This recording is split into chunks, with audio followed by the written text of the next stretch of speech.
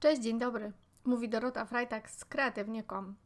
Dziś mam dla Ciebie pudełko na chusteczki z postarzaniem, cieniowaniem i z reliefem.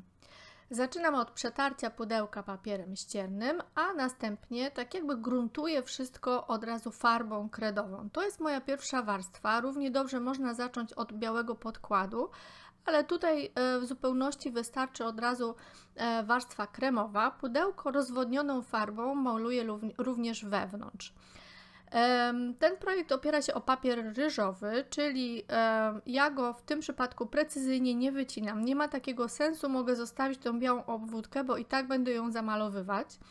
Przyklejam ten papier z dwóch stron pudełka. Taka kompozycja w zupełności wystarczy, zobaczysz dlaczego nie może być za dużo na tym pudełku motywów. Przyklejam go za pomocą kleju 2 w 1 i teraz zobaczysz też jaki jest sens tego kleju 2 w 1, bo ja nim pokryłam całe pudełko. Dodatkowo też wszystko najpierw lakieruję sobie lakierem matowym La Pajarita. Lakier jest jakby dowolny.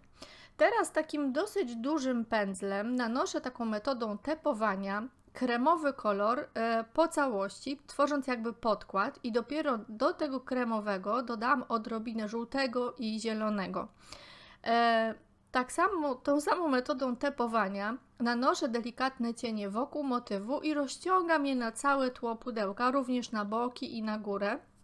Tutaj dodałam więcej żółtego, tu można się tym kolorem kompletnie pobawić.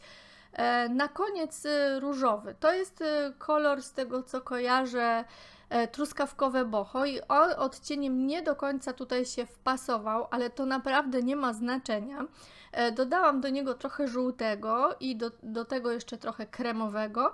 Ja po prostu mieszam swobodnie te tylko trzy kolory plus kremowy, czyli właściwie 4 i rozciągam je takim pędzlem ściętym najlepiej, takim jak do szablonów na całość pudełka. Tak wygląda cieniowane pudełko po wysuszeniu.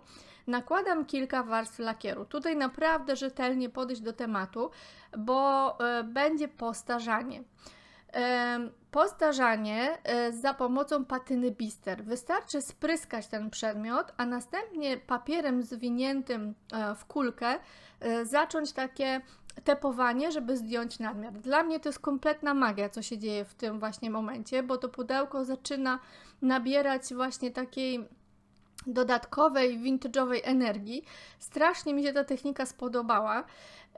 No i jest pewna trudność. W tak postarzonego pudełka nie polakierujesz od razu pędzlem. To, co musisz zrobić, to najpierw przykryć tą warstwę lakierem w sprayu, a kiedy on wyschnie, to bardzo powolutku lakierem zwykłym. I znowu lakierujesz dużo razy, żeby móc położyć na końcu relief. Pamiętaj, żeby nie używać jakiegoś marketowego lakieru w sprayu, bo on schnie przynajmniej 12 godzin, kup porządny. No i teraz tak, wzięłam pastę modelarską Modeling Light, jakiś szablon, który miałam akurat pod ręką. Wymieszałam odrobinę farbę z tą pastą Modeling Light, no i cieniutko szpachelką naniosłam mój relief. Po wyschnięciu można go jeszcze przeszlifować i pudełko w praktyce jest gotowe, bo wcześniej było wiele razy lakierowane. Bardzo Ci dziękuję za uwagę. Zostaw koniecznie parę słów od siebie. Do zobaczenia. Pa!